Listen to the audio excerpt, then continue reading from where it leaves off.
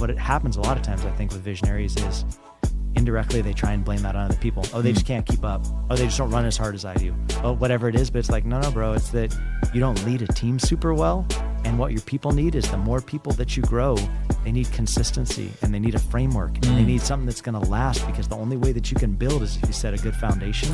And if you don't set a good foundation, then you don't grow very far. Wherever you guys are watching this show, I would truly appreciate it if you follow or subscribe. It helps a lot with the algorithm. It helps us get bigger and better guests, and it helps us grow the team. Truly means a lot. Thank you guys for supporting, and here's the episode. All right, guys, you got the CEO of the Collab Team, Aaron Hovivian, here today. Thanks for coming on, man. Heard great things. Hey, thanks, man. So honored to be on. You've got such amazing guests. Reading through your list, I'm like, man, I get to be added to that list. It's an honor. Thanks for having me on. Heard good things about you in the scaling space. Yeah. So you basically help companies scale, right?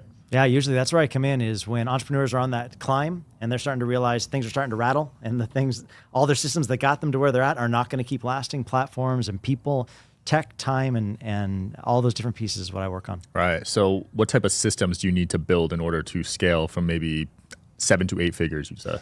Yeah, so I would say the thing that I always think about is, and this is the thing that I think that most people don't work on and don't think through, is the things that got them their initial success is probably not going to be the thing that scales them up.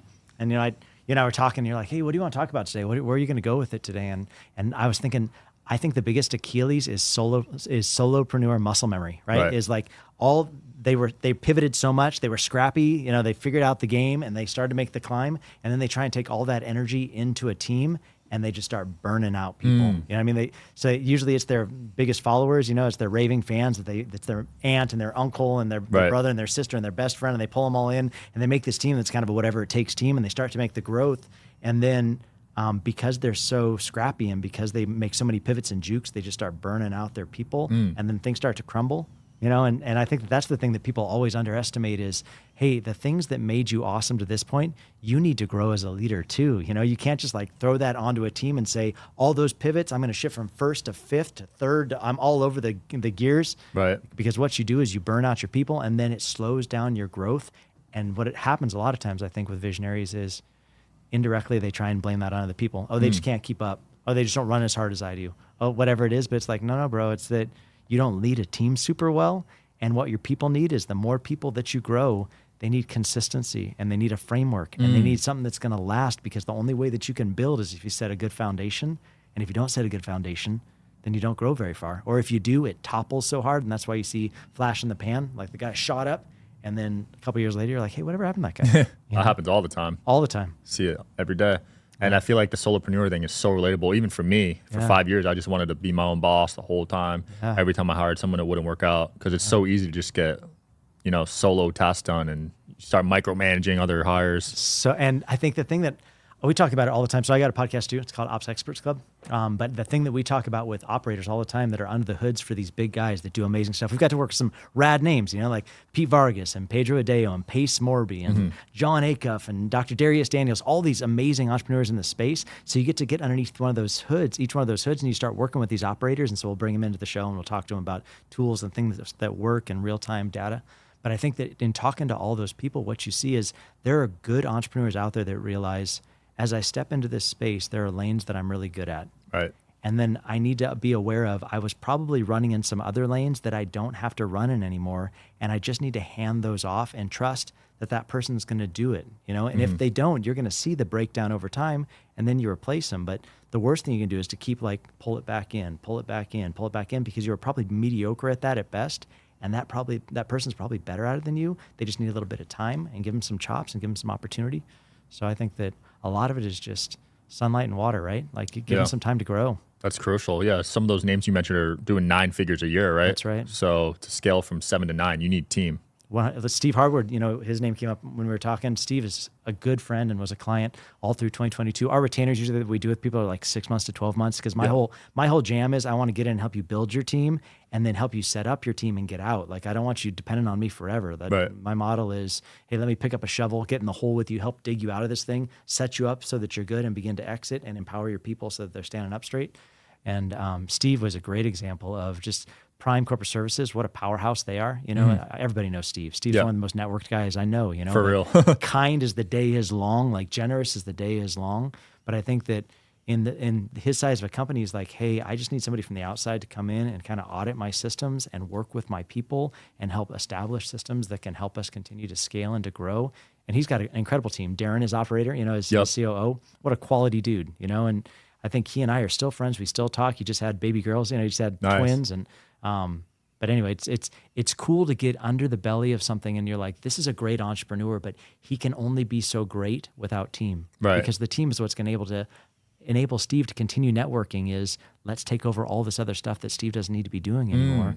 And I think that's the art that I love to be in the middle of, is working with team and building teams. Yeah, because his strength is the networking, getting new clients, and that's what he should be doing all day, rather than customer service on all the operations and all that other stuff. Yeah, so we helped him find his EA. So he didn't have an EA before we got there, and we're like, Steve, like first thing, bro, like let's get you somebody quality. So we found his EA, who's Eliza, and it's just a little bad, like she's just a warrior of a lady who is just a small little thing, but she wields a power, you know, and that way she can kind of control some of the logistics pieces. Right. And Steve can literally just lean into talking with people, connecting pieces. Such a connector, you know, connect this person with this person, connect this person with this person. And he's always somewhere. But I think a lot of it is identifying, okay, so if that's Steve's superpower, right?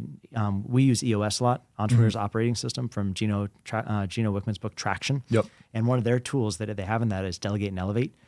Are you interested in coming on the Digital Social Hour podcast as a guest? Well, click the application link below in the description of this video.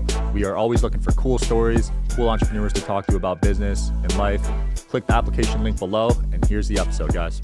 So how do we elevate Steve up? And that's by delegating down all the things that Steve does not need to be doing. So, you know, they've got this great tool where they're like, what are you great at and you love? What are you good at and you like? What are you good at but you don't like? You know, there's always that quadrant for all of us, you know, where it's like, we're good at that, but we don't really love doing it. It's kind of like that. You limp it along. And then what's the thing that you're just not good at and you don't like? How can we get that off your plate the fastest? And then how can we tool down all the rest of it to get you to your spot where your highest genius is? This is where you want to live. I love it and I'm great at it. And for Steve, he's a great example of, he's awesome at networking. How can we take everything else off his plate and only keep him in the rooms that he needs to be in, and literally keep him out of all the rooms that we don't want him in, because he's going to meddle. He's going to get in the middle of things, and he's probably not going to make it better by meddling with it. And so for Steve, I've seen so much growth in him as a leader of, I'm not going to try and get in the middle of all this stuff. You know, he's got Tommy doing sales, and he's got Darren doing ops, and he's raised up all these different leaders that are awesome, amazing dudes. I love that. But a lot of that comes out of, we came in and we rolled out EOS for him, you know, set up level 10 meetings for him, got his people doing consistent, hey, every time we are in a meeting, we look at these things. These are the consistent numbers. These are the big rocks we're moving. This is how we triage pain. This is how we're working through issues and solving it with a to-do that we're going to hold you accountable for. So next time we meet, you're telling me, is that done or not done? I think simple stuff, right? Yeah. That's the stuff that moves the world. It's the simple stuff. And I think that he's a great testimony for us of success. Absolutely. I love that, because when you're starting your own business, you want your hand in everything. You do. But that's not scalable. And you almost feel irresponsible for not, right? Like if you're not in it at all. But that's honestly, if you were to ask me, Aaron, so you've been under the hood of all these different like good-sized entrepreneurs, people that, especially on the climb, right? 6, 7, 8, you know, climbing to 9-figure entrepreneurs. What do you see as the consistent things of the people that don't make the climb? And I think it's exactly that. Like, stay in your lane and find good people that can do the other things. And I'm okay even if you want to grow your own people. But even if you're growing your own people, like stay in your lane and let them grow, find them help, to give them resources, let them grow, bring in experts with them to help them grow and make their ascension. And I promise you, we have a really strong track record. I feel like we've earned a really strong name in the industry of gold standard of like 2X, 3X, 4X, some people 10X growth of all we're doing is get consistent and stick to a system. Right. That's like the thing Visionaries suck at. They suck at getting consistent and sticking to a system, right? So find somebody that can stick to a system and roll with it, because that's what's going to enable you to grow. That's what's going to set your foundation so that you can build. I love this. How did you become so knowledgeable in this? Did you have a business prior to this? Yeah. So I mean, I failed prior, right? That's the whole hero's journey for all of us. You know, I think that coming up, I was always good with systems. I worked for a lot of different people, and I always, from even just a kid, you know, starting, 13, 14, 15, getting jobs and really watched people's systems. And I would, they'd move me up to management pretty quick in any of the organizations that I was in, but I was always watching, but why do we do it that way? And like the boring stuff, right? Like the handbooks and the tech, and like, how are we doing what we're doing? And do we have to do it that way? And just asking questions. And then I actually started, so where I started my own business was I owned a skateboard snowboard shop. And it was part of a chain in Orange County. It was a little mom and pop shop owned by a Lebanese family. And I was the one white guy, that they led into leadership. And then I bought one of their locations and I divorced from the brand and I just did my own thing. And then we came into the retail crisis in 2006, 7, 8, and I had to close it down. And it was such a heartbreak because I had leveraged my house to do this business, and it was like I'm a couple $100,000 in debt that I didn't have, and I had to go back and renegotiate with the bank on my house loan. And it was all this like super humbling stuff, but it taught me the lesson of humility, and when things don't work. And I feel like half my job is just relating to owners, because I think when you get to that place as an owner, you don't have a lot of people you can talk to anymore. Like the people that are working for you, you can't like lower your guard in some ways. And so I feel like half the guys I've got to work with have become such dear friends because I don't really work for them. I'm working with them. I'm helping them build their thing, but I'm also kind of a release valve for the pressure tension, of them and their people, and I can just kind of listen, give them some critique, give them some advice, say, hey, this is what I've seen work really well. I think that's another cool thing when you're under so many hoods is you see what works and what doesn't work, right. And I can be like, hey, so I've been 4 clicks down past where you're at right now. That there's a dead end on that road. I think that we should unplug that, reel it back in. I know you don't love that. Let's reel that backwards and push this way, because I've actually seen people make that shift, and that's actually been their ascension. So I think that's probably been my journey, is learning on my own in my own failure, but then also being willing to share that story and be sympathetic. And I know what it's like when you're feeling the pressure of having to make payroll. I know what it's like when you're like, do I pay my next lease payment or do I pay the people that have been working? Like those things that are stressful. Right. And I'll never go back to brick and mortar again. Like that wasn't my jam. What I mean? Like, so it was a big lesson for me of things that I never want to do again. Yeah. So, I don't think I'd ever get into brick and mortar. Yeah. I mean, I loved it for the season it was in. It taught me a lot. Yeah. But I think that it's a lesson. It also taught me, what I don't want to do. Just the overhead, man. It's too high. It 100% is, yeah. And the inventory and all that. The inventory, man. You want to be a Burton rep or you want to be a Burton vendor? Awesome. They're going to make you go so deep into every single season. So you're just outlaying so much cash and you're never going to sell it all. So they just liquidate it at cost just to try and recoup your money back up. So that's not a game I want to do. That is stressful. And then there's another level to this when it comes to selling, right? So you got to remove yourself from the company. Do you help with that too?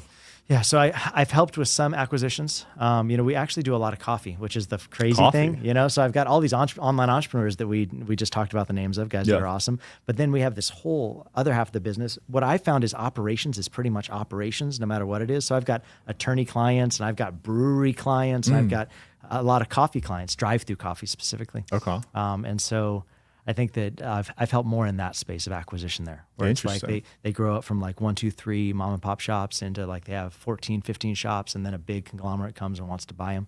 So I've helped with more of that kind of thing. Wow, I didn't know people were doing drive-by coffee shops like that. Yeah, I just think of Starbucks and Dunkin', and that's it. Yeah, so like Dutch Bros is probably one that. Dutch Bros. Yeah, that's like a drive-through that came out of. I live in Oregon. I'm from Southern Oregon. They came out of my area, but they've grown up really fast. Yeah, so they're actually one of my favorite spots. Yeah, because they're cheaper than Starbucks and Dunkin'. I love the drive-through coffee culture, and we could go on a whole nother riff on drive-through coffee. But I own a coffee business in Belize. We're the first drive-through coffee in Belize, the country of Belize. Yeah. Why'd you pick that place? I love Belize. It's English speaking. American dollar goes 2 to 1. It's tropical. I've been going down there for the last 20 years, and I thought, man, there isn't a lot of this stuff down here yet. And the funny thing about Americans is we all love to travel, and we don't want to see any other Americans when we go there. But then when we get there, we all about how bad the coffee is, So I thought, how can I take something that all these hoods I've been underneath with coffee retailers and roll it into my own thing in a place that I love serving Americans as they travel and are remote. And so it's cool. We've been doing that the last couple of years. Been doing really, really well. Wow. I got to get out there. Belize. It's like magic, bro. Yeah. It is the coolest place. It's like this eclectic conglomerate of like Creole people, like think Jamaican, that speak with Creole like dialect and that whole intonation. And then you've got a bunch of Chinese people who fled when Taiwan was invaded by China. And so you've got a bunch of Chinese there. And then you've got a bunch of Mennonites there. So all these German speaking people. It's like this eclectic nation. And then all the Latin nations that pour into it as well. Interesting. But English is the predominant language. So it's the national language because it was British Honduras first, before it became Belize in the 70s. So it's the coolest little country. If you've never been there, it's like the thing you never want to talk about because you don't want to bring everybody on a podcast to your favorite spot. But like your history, man. I like that. You're a history buff. That's a good place. That's cool. Yeah. When it comes to key hires, have you noticed any specific job positions that are super important to companies? Yeah, we do a lot of recruiting. So I'd say we have like 4 or 5 recruiting projects going on at all times. And usually I only do them for my high level retainers at this point, but sometimes like, I know I'm in your WhatsApp group and we talk and I'm like, hey, I do it for you guys because you guys are great guys. And, but I think that with your hiring, I would say always think about where you can use them a couple positions beyond this. You know what I mean? I would, a lot of times people are like hire C-suite, go spend, but you're talking about like 6 figures on a hire right out of the can and probably, a couple $100,000 at least for a C-suite person that's going to be, worth their salt as a C-suite. But it's like, do you need to make that spend right now? Or could we hire somebody as an operations manager and grow them up into a director of operations and then grow them up into your COO over time and give them like carrots that you're leading them along? Like I would say the best advice I can give for anybody with hiring is make sure you have a KPI you can associate with them. What's their key performance indicator? Make sure they have a metric that you're tracking, because how do you know if they're doing a good job or not? Is that your gut? Like how many visionaries have made fires over gut instead of like, no, your gut is good, but numbers are better. So like, how are we rating this person? So I would say even EAs, I've watched EAs ascend from an EA all the way up to a director of ops to a COO because they have the same kind of mindset. So like, look for the right kind of people, but don't just hire for the position you need now. Think about, if I grew this person a little bit, I could probably pay them less. I could see if they're going to fit my culture. And then I can see if they can ascend to something that 4 or 5 years down the road, they're so loyal to you now. You gave them their opportunity. Like you've continued to pay them well and grow them well. So I love those kind of stories where it's like, yeah, we could go hire C-suite right now, but does that guy do as well as he says he does? Or is his resume just strong? Or was he just you? You know what I mean? But if you find somebody that's just smart and has the raw skill and is like a do whatever it takes, and a lot of times young people will work harder for that, then you can ascend them better. I really enjoy that. I like that way more. I've heard horror stories of C-suite hires from Fortune 500 companies going to like a startup culture and they just suck. I think the danger is at a certain level, you start making so much money, right? And so then you start to lose touch on your profitability. And nobody is going to get on this show and tell you they've lost touch with their profitability. But I'm telling you, being under the hood of a lot of places, most guys don't know their profitability, or at least their line item profitability of, do all your line items perform the same? Right. Or do because everybody loves high ticket. Everybody wants to talk high ticket, right? But it's like high ticket costs a lot to fulfill on. And are you taking everything into consideration that it takes on the high ticket? A lot of times your mid ticket is actually your more juicy one, but people overlook it. But long story short, I think that you get into it, and as you start taking apart people's businesses and you start talking about profitability, they start making a certain amount of money, and so they just start hiring because they see the top line. But the top line isn't the bottom line. The top line is what you're making when you sell, not once you've spent all your cash and you've got this much left. So you make decisions based on your top line. You bring in all these C players, and if they suck, how long does it take for you to determine they suck? You know what I mean? Like, this is their specialty, not yours. Right. And so I just think that when you get a certain size, people assume you have to hire at a C level, and I think that can be an Achilles. I think that can, instead of saying no, let's take apart, what does this role need to do, and is that the spend we need to make right now, or could we hire a mid-level player that could ascend to a top-level player, and probably be just as good because you're going to give them an opportunity, give them some growth opportunities, find them a mentor. You know what I mean, and then they're your boy or they're your girl. Like the trust is there. You gave them a shot, right? So I love that kind of a story way more than just going out and hiring C's. I'm the same way. When I hire people, I actually don't care if they went to college. Yeah. Like, I really don't. No, I think I tell my kids, so I've got 4 kids, right? All of them are out of the house now. It's the craziest thing to go from having 4 kids. And my wife and I just celebrated our 28-year anniversary. 4 kids, all out of the house, and we're back to empty nesters again. But I talk to my kids all the time about, hey, listen, college is great if you need college to go do what you need to do. My wife's a nurse. Like, there's a certain amount of learning you got to go through school to be a nurse. You can't just show up and be like, I think I'd be really good with injections. You know what I mean? Like that's not how it works, I'm not legally, at least, And so, but that's not every business. And I think that there are a lot of businesses out there that are willing to give you a shot if you're just sharp and you know how to mind your P's and Q's and you're good with people, and they'll pay you a whole lot more than even if you went through all the way through and got your degree. And then you're at base level trying to prove to people you know what we're doing, instead of like, if you can use these years to build the ground level and give yourself opportunities. From my perspective, I think college has its place, but it's definitely not the only place. For sure. I think from a marketing perspective, I'd rather see someone do some marketing campaigns, have some numbers, rather than a marketing degree. Yeah. That's more valuable to me. Numbers tell the story, right? Like, numbers tell your story. And I think that if you can show that you can perform, I don't care what school you went to. For real. And we're so, like, the world is changing, bro. The world is crazy right now. Like, what are the universities teaching right now. You know what I mean? Are they teaching cutting edge? No. Are they're teaching probably stuff that's a little bit behind, right? Because are those people even working in the real world anymore? Like, I just think that things are happening in the real world at such a fast pace now. If you can tuck in under somebody's wing, learn from them. Yep.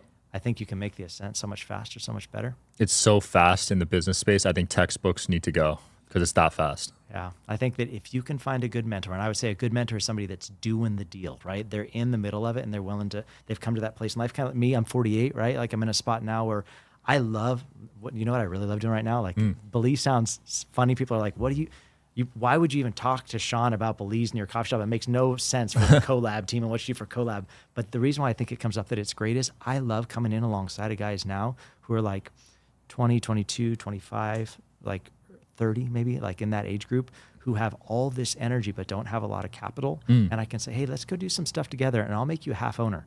Like, and what I'm going to do is I'm going to make an investment and I'm going to give you my wisdom, but I need your energy to go make this thing happen. So like I partnered up with this young guy to go down to Belize, and he was in one of my coffee clients that actually got acquired, and he had a bunch of heartbreak because he wanted to be a franchisee and he had this extra equipment. He was going to go out on his own. I'm like, hey, whoa.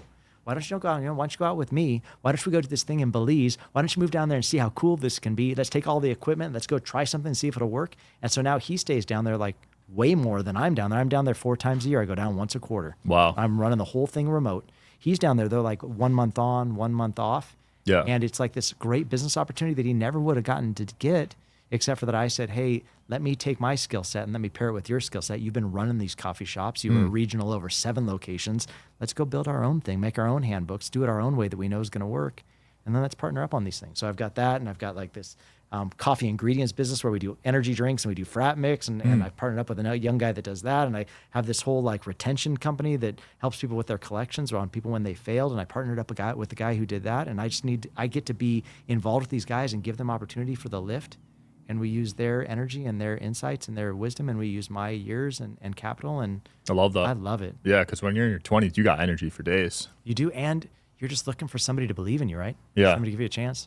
Yeah, if I had an investor/mentor in my early 20s, man, we would have grown even faster. Yeah. I had to learn it all on my own. And I think, honestly, I don't think money does good things to people, man. I'll be honest. I think that when you're like an old dude that's sitting on a bunch of money, I think it kind of makes you kind of full of yourself and a lot of ego and things that, how's that better in the world? You know what I mean? Like, let's find some young dudes and let's go try some stuff. Like, let's go have some fun. It's so exciting to watch a young guy get excited about something that you've been and done before. Like, let's go do some cool stuff and let me infuse it and let's see if it's going to work. And, oh, that one didn't work? Okay, that's okay. Like, it's not like I put all of my eggs in the same basket. Like, let's keep trying, because I feel like failing is actually the better lesson. Let's learn, I love that. That young energy is contagious. And I think that's why, because I go to these business conferences and I'm usually on the younger side, and these guys are attracted to me even though they make 10 to 100 times more than me. And I always wondered why, but I think it's the young energy. They see themselves. Yeah, I think it's so good. And I feel like those young guys need an older dude, I feel like, to balance them out too. You know what I mean? Otherwise they become all ego. I think it's on both sides, right? The old guy gets too full of himself and he's got his empire. The young guy gets some immediate success and then he can get too full of himself. And I think it's like, no, like, let's all just be humble and work with each other and realize, like, we all put on our pants the same way, one leg at a time. Like, we all have had failures. We've all had successes. Yeah. And let's just respect each other and then give each other opportunities and build off each other. I think that's the thing. I know we've talked a lot about Steve on this show, but like, Steve has won me as a friend for life, because I feel like that guy just wants to help. So giving. He just had Damon John speak at my event. Yep. Normally, if someone was to arrange that, they would want money or something out of it. He didn't ask for anything. Yeah. And I love that, and I feel like Steve models it so well. I got to work with Damon John because he did some stuff with Pedro Adeo, because Pedro Adeo is the challenge guy, and so he did all these challenges, all these big names, and it's a big deal, dude. Kudos to you that you had Damon come. That's all awesome. because of Steve, though. That would have never happened, and he didn't want anything in return, and now I feel like I need to take care of him. That's how I feel all the time, yeah. So as I come into clients, I'm like, hey, who's doing your LLC setups and who's doing your tax structuring and who's doing your corporate credit? Because Steve is such a good dude and he takes care of people and he makes it so it's a win-win. And I think that's the kind of businessman I want to be, is how can we make this a win-win? Same. That's how I think with everything. Yeah. If not, I don't want to just take. I definitely don't want to be around people. There are some people that have come and that's the cool thing about being where we're at right now, is I feel like we're still pretty boutique. I've got 17 people that work for me, you know what I mean? And we take on probably about 20, 25 clients at a time, so but I still feel like we're still pretty boutique. But it's great to be at the level where you're like, oh, I met that guy and he's kind of a dick. Like I don't really want to work with him. You know what I mean? Like that's probably not going to be a way we go. And to be able to say, hey, I don't think we're going to align. I don't think we're going to be a good fit. You know, and make some decisions based on, is this a good fit? And so guys like Steve and the people Steve brings to me are always like solid, salt of the earth. Dude. So you've turned down some clients because of ego? Yeah, for sure. Because here's the thing is I feel like, yeah, they could pay me, but I've also found that with their ego, a lot of times there come a lot of hypercriticality, you know what I mean? Where they're super hypercritical. And it's like, a lot of times it's not necessarily things that they're good at, but it's things they've assumed that they're good at. And so what are we going to end up? Like my contracts are only 6 to 12 months. Like I'm not going to be around a long time. I want to empower your people. But if I see the way you're treating people is kind of awful, and then like, even if you never treat me awful, I know I'm not going to be able to set you up for success. I'd rather you just keep your money. In fact, if we can't make you successful, I'd rather just give you back your money, because I feel like my name is strong in this industry because what I say we can do, we do. You know what I mean? And I think that if I start sitting down at a table and I just don't have the right energy with somebody, I'm not feeling it. I'm like, let me see if I can refer you to somebody, or let me see, you know, I know this guy that does this really well, and I'll try and always make it a win for the person that I'm parting ways with. But it just isn't always a win-win to take somebody's money and try and, you know. I'm the same way, but it took some failed deals to learn that, for sure. I used to take money and work with anyone, but now it's not worth the karmic energy that they're giving off, because you're just going to lose the money if they're not an ethical person. And I think it's just fun to do business with people you enjoy. I love John Acuff. Like New York Times bestseller, like 9 books. Dude knows what he's doing. And he's just the funniest dude. But I'll tell you what, I get on a level 10 meeting with him. You know, I do his EOS and we do level 10s every week, and we look at his numbers. And, you know, I feel like he's grown so amazingly. His book Soundtracks is one of my favorite. He's got another one that just came out called All It Takes Is a Gold. You know, the thing is amazing. But anyway, the dude's so just authentically, genuinely what you read is the dude he shows up with at all these meetings with all these people that work for him and do work for him and represent him. And I just think, I just want to do more work with people like that. Like, let's just show up. And are you a good dude? Like, are you a good lady? Do you treat people well? Like, those are the people I want to work with. Having a bunch of money and being super successful, I feel like sometimes they can be cool. Sometimes they can be awful. For sure. And I'd rather just find people that are good energy and are helping the world, man. I love that. What goes down on a level 10 meeting? What is that? Level 10s are rad, because the thing I love most about EOS, Entrepreneur's Operating System by Gino Wickman, the book Traction, is that it's just simple. You know, and I know EOS sometimes gets a bad rap because they're like, we tried EOS, it didn't work. What I found it usually is the visionary said, EOS is going to be great. Go make that happen. The operator starts trying to make it happen. And the visionary's like, I don't want to do all this. Let's do it my way. And they go a different way. And so they roll out a fractured version of EOS, and then it gets a bad name for it. But the thing I love about level 10 meetings, L10s is what they're called in EOS's world, is every time we come to a meeting, the hope is like, let's knock down all the meetings that we're doing. How can we silo it down just to 1 meeting a week? And at that 1 meeting a week, how can we look at the same things every time so that everybody knows what they're going to walk in and expect? So, you know, at a level 10, we'll help people set up their scorecard. Like, what are the key metrics? We all need to be looking all around this table. This is what tells the best story. We pour money in at the top. It churns this way, and it produces these results. What's the best story when it comes to customer service, and how many tickets are open, and how many disputes you're getting, and how many failed payments we're chasing? And like, what's the best story your scorecard tells, so we can look at it for 5 minutes. But if I'm on the beach and I'm not able to make the L10 and I'm able to pull up the scorecard, I see exactly how the business did week over week. And I can call and say, hey, why is that number down or this number up? So you establish a scorecard, you review it together, you establish what are the big initiatives we're working on this quarter. They call them quarterly rocks. Like, what are the big milestones we're trying to move this quarter to get to our annual goal? That's something that visionaries are awful with, because they project this big thing at the beginning of the year and then they forget it like halfway through the year, and then they pick up like 17 more things. And it's like, no, let's just stick to the goal. You said you wanted to get here.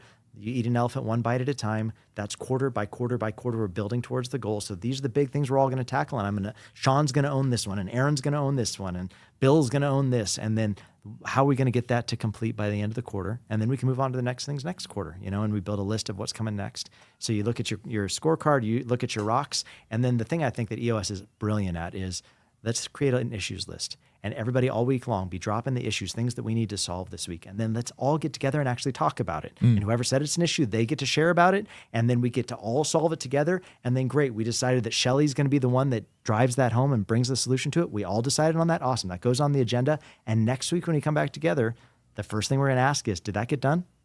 And if she's like, oh no, then we'll say, okay, well, we'll give you 1 more week. But if it's any longer than 2 weeks, you're fired. Yeah, we're gonna bring it back to the issues, and it's gonna go back to the issues. And we're gonna have to talk about it again. And it's so crazy how something so simple as just a little bit of accountability. Yeah. Like, because all of us are we're prone to getting into meetings. How many meetings do you sit in, you talk about these great ideas, you're like, that was the best idea we ever had. You walk out and nobody took notes, nobody took deliverables. And then you're talking about it again 6 months later and you're like, wait a minute, didn't we talk about that like 6 months ago? Yeah. But so I love it because it's like, no, we talked about this. We gave it a deliverable. And then we said, next week, we're going to ask you about it.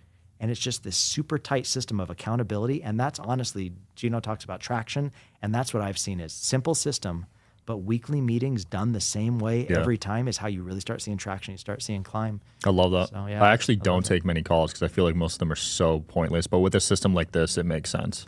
I think the coolest thing for me is like, it's not narrative based, right? If you have talkers, like it's like, no. What's the problem and what are we trying to solve? You know what I mean? Like, wait. What are the numbers though, right? Because sales guys get on and they want to tell you, I was talking to this lady and you're half hour into some story and you're like, what was even the point? You know, it's like, no.